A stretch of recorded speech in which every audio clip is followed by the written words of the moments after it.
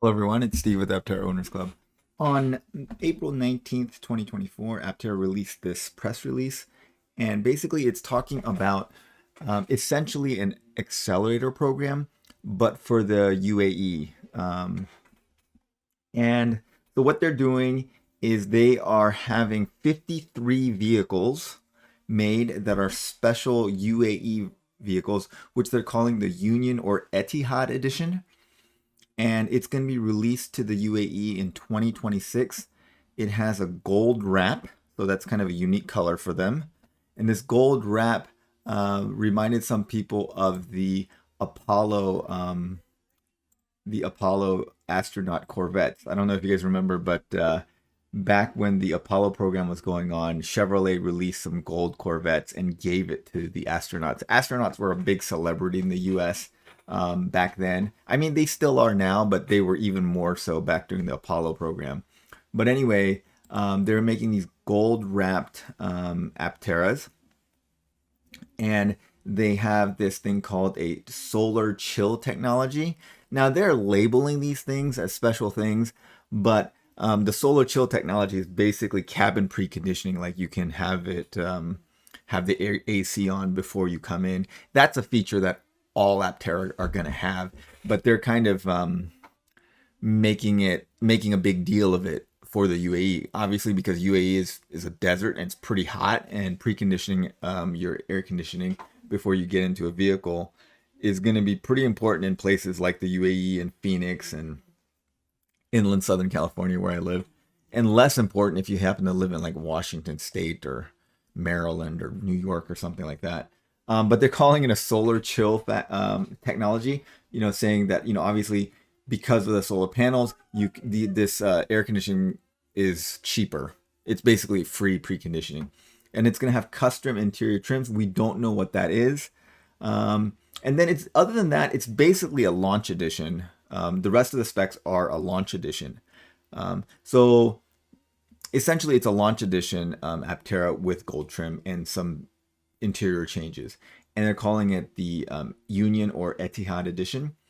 And the way you get one of these is, so the Accelerator program, remember, was 2,000 launch edition vehicles. This is 53, so it's a much smaller program, but you do have to invest more. It is 27,000 US dollars or 100,000 AED, and it starts on April 19th, so it's already started. And then they've announced this kind of as a preemptive thing before they do the DriftX thing in Abu Dhabi. And so there's some more questions about it. And actually Chris McCammon came on our Discord channel to kind of tell us more about it. I thought initially when I saw this that this meant that Aptera was going to set up a facility in the UAE and produce vehicles there. But that is not the case. They are going to be produced in Carlsbad. These will be delivered after the accelerator programs and after the paradigm holders have gotten it, and after many of the launch vehicles have been delivered. And then these will get delivered. But these are different vehicles, mainly the color and some interior trim things. And the price is different. So the price is, let's see, how much would the Union Edition cost? By investing 27,000 US dollars, you're guaranteed the ability to purchase a Aptera Union Edition for around 200,000 UAD. That is about $53,000. So, and then your investment does not go towards the purchase price of the vehicle. So it's just like the Accelerator program. The Accelerator program was you put in $10,000 minimum. This is $27,000 minimum, and it does not go towards your vehicle. It gives you a place in line to buy one of the launch edition vehicles for, I think, what is it, $35,000?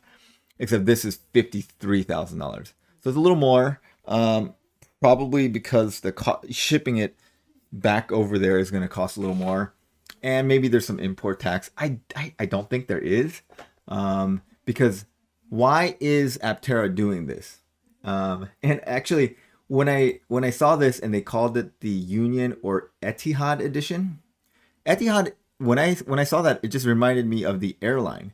And you there's an airline called Etihad, which is based out of Abu Dhabi, and they are the second largest airline out of the UAE.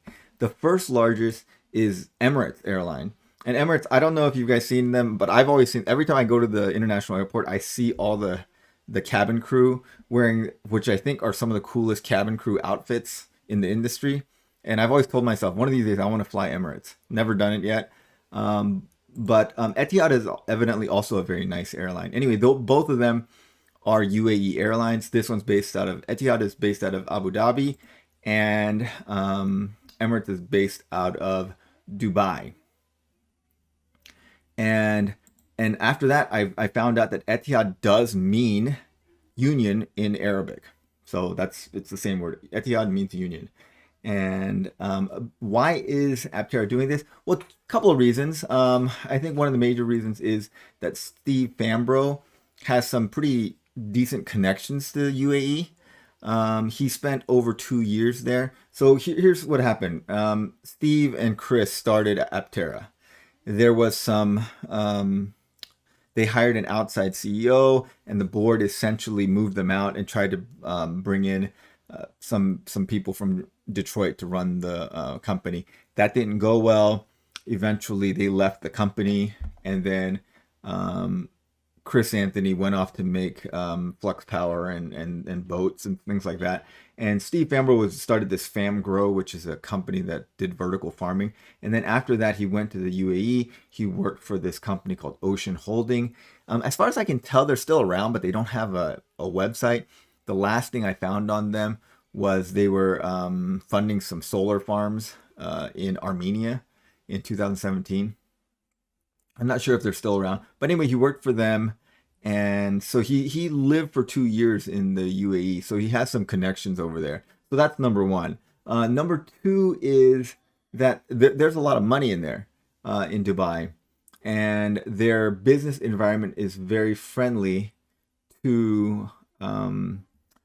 There's very little regulation of businesses in the UAE, so they don't have to do any homologation of the vehicle. You can just send the vehicle straight over there, and it's fine. It's street legal over there. So it's very interesting, the history of the UAE. I just want to give you guys a brief history because I found out stuff and I thought it was pretty interesting. So here's where it is. It is in the Arabian Peninsula. So here it's along the Persian Gulf. So here's Saudi Arabia, here's Mediterranean, and UAE is right here. And I always wondered, why is it called the United Arab Emirates? Like, who are they uniting? And what it was is back in the 1800s, when Britain was doing a lot of trade. Britain controlled India at the time, and they were shipping a lot of things from India over to Britain. And they had to sail kind of around this area to restock and stuff. And there was some, what they claimed was piracy. So essentially the British sent their naval forces here, and they defeated the monarchy that was kind of ruling this area. It's like the Kusmani monarchy. They were actually, that monarchy was based out of this area called Ras Al. Okay, I'm butchering all these words. But they were based out of here. And essentially, in a way, Britain colonized them, in a way, in the 1820s. And then later on in the 1800s, they decided that they liked having the protection of the British forces, and the open trade with Britain and other countries helped them because their major industry at the time was pearling. They did pearl diving, and they entered into a treaty with Britain that Britain was obligated to protect them militarily, but then in return, they had to, any foreign relations they did had to be approved by the UK. So that was kind of a, you get military protection, but we get to control your foreign relations kind of thing. And that went on until the 1970s. And then in 1969, Britain said, you know what? It's just costing us too much money to provide military support for this. We're going to pull out. And these were called the Trucial States. And there were 7 of them. There were many of them actually. And so let me see here. Okay, yeah. So this is UAE's Ministry of Economy. If you look at this, this is a map of the UAE, and so that's this part right here. If you look at the UAE, this largest part is Abu Dhabi. Then there's Dubai, Sharjah, Ajman, Al Quwain, and Ras Al Khaimah and Fujairah. Okay, sorry. Please forgive my pronunciation of all these names. But as you can see, Abu Dhabi is the largest, and then the rest of them are pretty small. Now, we've all heard of Abu Dhabi and Dubai. So those are the 2 largest and most wealthiest portions, but they basically joined together. Now, they joined together in 1971 to become one country, and that's why Aptera is making 53 of them, because 2024 would be their 53rd anniversary of them uniting. Actually, Ras Al Khaimah did not join them until 1972, and initially they thought that they were going to stay their own little country. But then what happened was there's this island called Greater Tumb out in the Persian Gulf, and Iran basically took it over, and they had no military power to contest that. So currently, this is controlled by Iran. UAE considers it to be an occupied territory, and they consider it to be rightfully theirs. Iran considers it to be rightfully theirs. So there's a dispute over this island. They don't really care about the island. Control of the island gives control of the waters around it, which have petroleum reserves, obviously, and that's what's important. And so then in 1972, they decided, okay, well, we don't have any military power. We should join up with the rest of them. So then they joined up, and they became the United Arab Emirates. Now, the United Arab Emirates, their industry was pearling, and that's what they did for a long time. Then with the advent of cultivated pearls, World War II, World War I, that kind of went away. But in the 1950s, they discovered oil, and they became extremely wealthy. They have, I think, like the 4th or 5th largest reserves of petroleum in the world. Abu Dhabi controls like 95% of their petroleum in this country. Dubai has like 4 or 5%, and then the rest don't have any. So if you look at these countries, Abu Dhabi and Dubai are very, very well developed, and then Sharjah and the rest of them are still pretty. They're less developed. They're less wealthy because of that. Now, of these countries, Dubai has done the most to try to diversify their economy, mainly because they have far fewer reserves, so they know that they're going to burn through their petroleum reserves soon. So they've tried to become a tourist business mecca.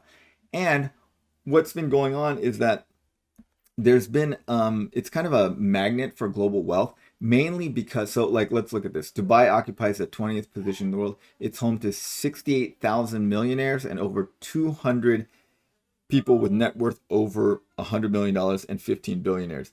And in 2022, they attracted 3,500 high net worth individuals to relocate to the city. These are people from, India, China, Europe, that kind of thing. They've a lot of high net worth individuals have relocated to the city. Why is that? There's a couple of things. You don't pay taxes there, so they have zero taxation rate, highly developed infrastructure, low levels of crime, great deal of sun, affordable apartments, and lots of cultural attractions. So for the size of the city, it's not a very large population city. They have a lot of really wealthy people in Dubai and Abu Dhabi. And they are actively trying to diversify out of petroleum. And so I think Aptera is thinking, we're going to go to DriftX. We're going to show them this cool car. There's a lot of wealthy people. They are very into cars there. Like, I think it's in Dubai or Abu Dhabi, they have like a Lamborghini Aventador and Bugatti as part of their police force. There's like their official patrol vehicles. So they're very into into cars, and so they're thinking that this will be interesting to them, and hopefully they will find. I don't think they'll have any problem filling these 53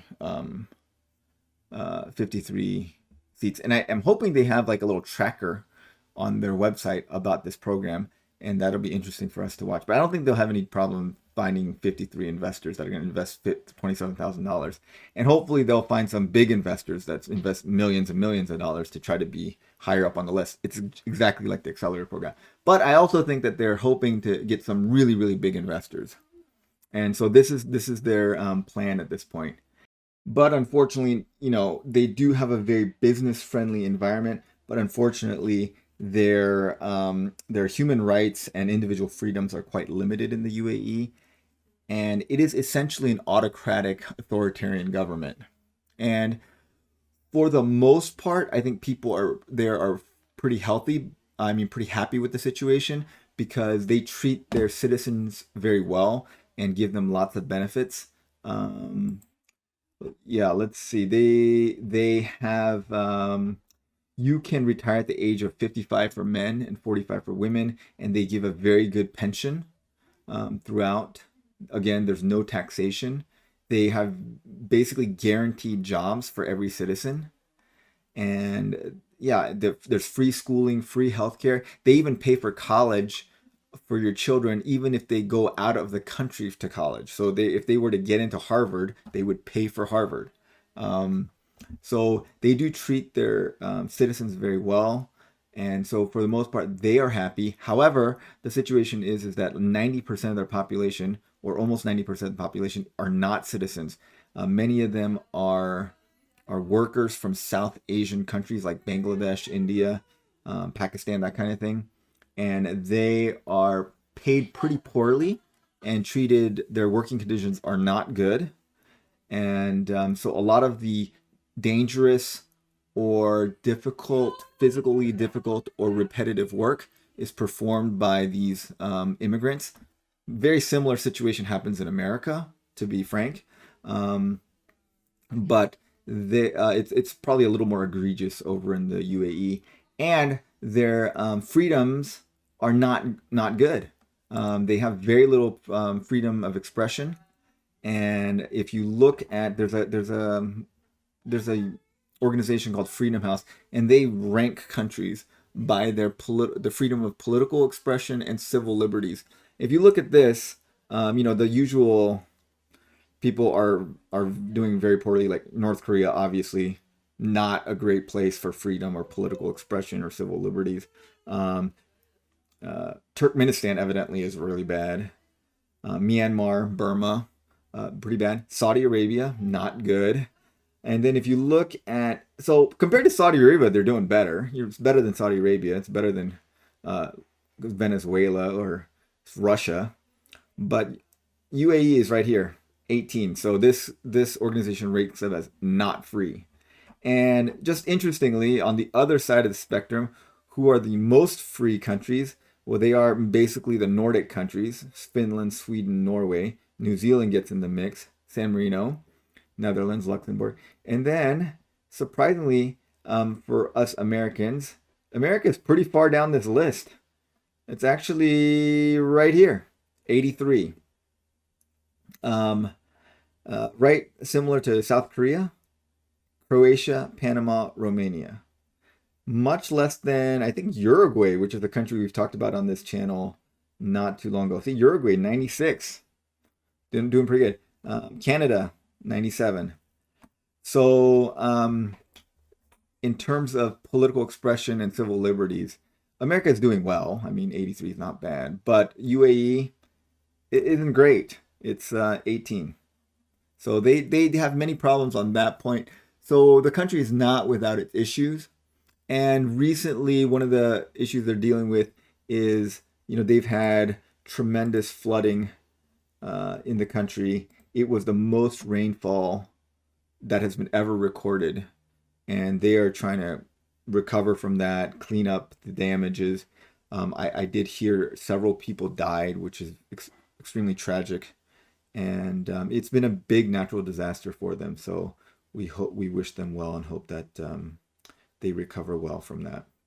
Okay, but anyways, that is what Aptera is doing. They are heading over there mainly because they have familiarity with the country through Steve Fambro, and there are a lot of high net worth individuals um, on a per population basis.